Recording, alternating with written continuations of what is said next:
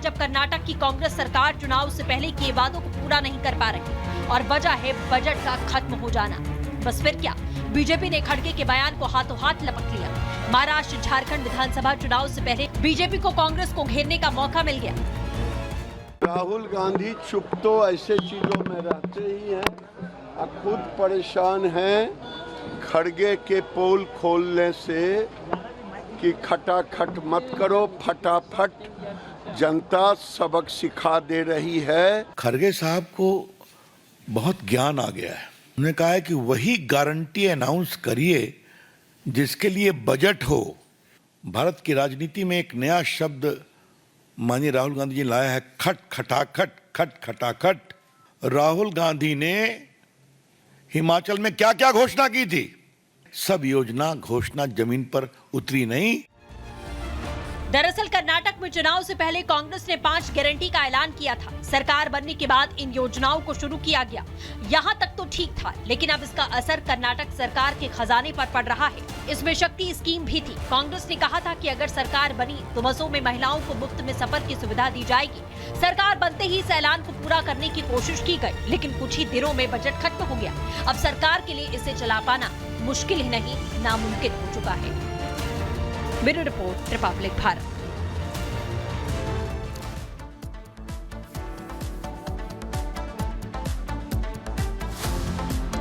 तो चलिए बात करेंगे पप्पू यादव की। बिहार के पूर्णिया से सांसद हैं जिन्होंने दावा किया था कि लॉरेंस गैंग ने उनको जान से मारने की धमकी दी है। लगातार केंद्र से वो मांग कर रहे थे कि उनको जेड प्लस की सिक्योरिटी दी जाए, लेकिन अब लगातार कई ऐसे नेता हैं जो पप्पू यादव को लेकर चुटकी अब लेने लगे हैं। बीजेपी के पूर्व सांसद बृजभूषण सिंह ने भी अब पप्पू यादव को लेकर चुटकी ली और कटघरे में खड़ा किया है, जिस पर पप्पू यादव पूरी तरह से बिफर पड़े हैं। रिपोर्ट आप देखिए।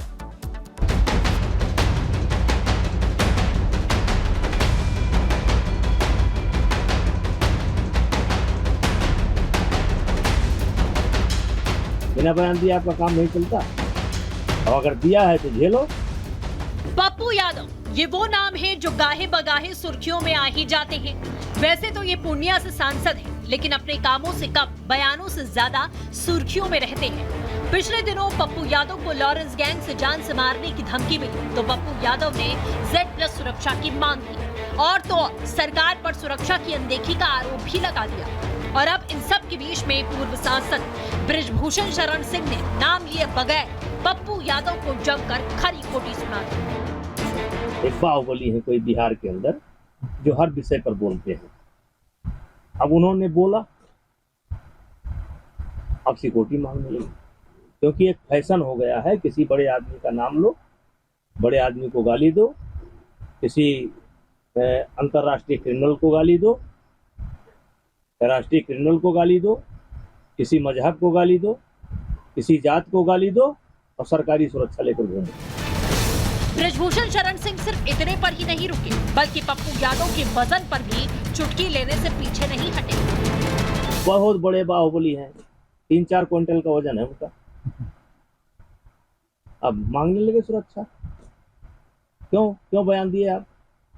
बिना बयान दिए आपका काम नहीं चलता, और अगर दिया है तो झेलो। बृजभूषण शरण सिंह की इस टिप्पणी के बाद पप्पू यादव ने जमकर पलटवार किया। पप्पू यादव ने कहा कि जो लोग मेरी आलोचना करते हैं, जिनको लगता है कि मैं डर गया हूं, तो आपको रोका किसने है? मारना है तो मार दो। जो लोग आलोचना करते हैं कि डर गए तो भैया मरवा दो ना, क्या दिक्कत है? हम तो चाहते हैं कि जल्दी हम मरें। आपको भी मारने की जल्दीबाजी है तो जल्दी करिए, खत्म करिए, जो हिंदुस्तान से सच गायब हो जाए। मैं डर के कारण तो कुछ नहीं करूंगा। पप्पू यादव तो बिना नाम लिए बृजभूषण शरण सिंह के चुनावों में जीत को रहमो करम वाली जीत बता दिया। साथ ही खुद को अपने दम पर लड़कर चुनाव जीतने वाला बताया। सांसद जी, आपको अपने बेटे के चुनाव के लिए, टिकट के लिए भीख मांगना पड़ जाता है, और आप पर एक नहीं कई पहलवान से लेके कई सारी चीजों के आप पर आरोप प्रत्यारोप, फिर भी आप मेरे मित्र हैं। करनी सेना के अध्यक्ष को मारा था, तब आपकी औकात क्यों नहीं हुई थी बोलने की? हैसियत मिट गई, दम नहीं है। पप्पू यादव ने लॉरेंस गैंग से मिली कथित धमकी का खुलासा खुद ही किया था। पप्पू यादव को कर्म से लेकर कांड करने तक की धमकी दी थी और अब इसी पर पप्पू यादव जेड श्रेणी की सुरक्षा पर अड़े हुए हैं। Bureau report, Republic Bharat. तो चलिए अब आपको यूपी के लखीमपुर खीरी की दिल को सुकून देने वाली तस्वीरें आपको दिखाएंगे। एक गरीब परिवार जो 24 घंटे से भूखा था, जिसके पास दीपावली मनाने के लिए पैसे नहीं थे।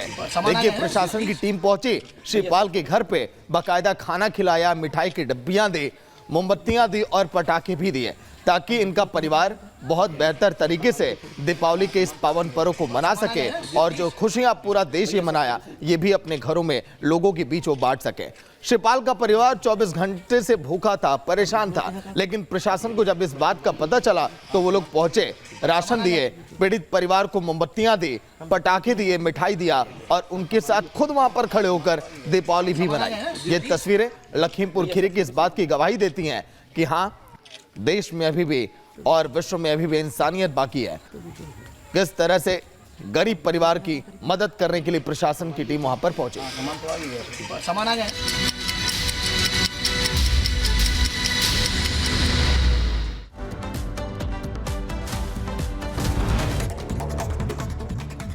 लखनऊ में फैक्ट्री में लगी भीषण आग। सादत में फैक्ट्री में लगी आग पर फायर ब्रिगेड ने कड़ी मशक्कत के बाद पाया काबू। मुंबई के अंधेरी में एक गोदाम में लगी आग, मौके पर पहुंची फायर ब्रिगेड की टीम ने आग पर पाया काबू। मुंबई के कांदीवली इलाके में झोपड़पट्टी में लगी आग, फायर ब्रिगेड ने आग पर पाया काबू। दिल्ली के गांधीनगर इलाके में लगी आग, मौके पर पहुंची फायर ब्रिगेड की टीम ने आग पर पाया काबू। यूपी के मैनपुरी में 4 मंजिला इमारत में लगी आग, लाखों का सामान जलकर खाक, फायर ब्रिगेड की 4 गाड़ियों ने आग पर पाया काबू। यूपी के सहारनपुर में आबकारी विभाग में खड़ी गाड़ियों पर लगी आग, करीब 6 गाड़ियां जलकर वहां पर खाक हो गई। यूपी के बदायूं में इलेक्ट्रॉनिक गोदाम में लगी भीषण आग, आग लगने से करीब 70 लाख का सामान जलकर खाक। यूपी के लखीमपुर में इलेक्ट्रॉनिक दुकान में लगी भीषण आग, आग लगने से लाखों का नुकसान। मुंबई में साइकिल सवार नाबालिग को स्टंट करना महंगा पड़ गया, हादसे में नाबालिग की मौके पर ही मौत हो गई। जम्मू कश्मीर में गैर कश्मीरियों पर फिर से हमला किया गया, बड़गाम में 2 मजदूरों को आतंकियों ने गोली मार दी।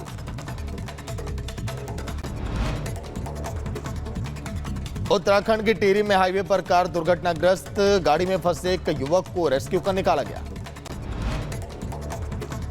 मध्य प्रदेश के इंदौर में खेला गया हिंगोट युद्ध, 2 गांव वाले एक दूसरे पर करते हैं पथराव। यूपी के बदायूं में कॉस्मेटिक की दुकान में चोरी कर भाग रहे चोर को ग्रामीणों ने पकड़कर जमकर पीटा। यूपी एसटीएफ को मिली बड़ी सफलता, 2.5 लाख का इनामी बदमाश फहीम पकड़ा गया।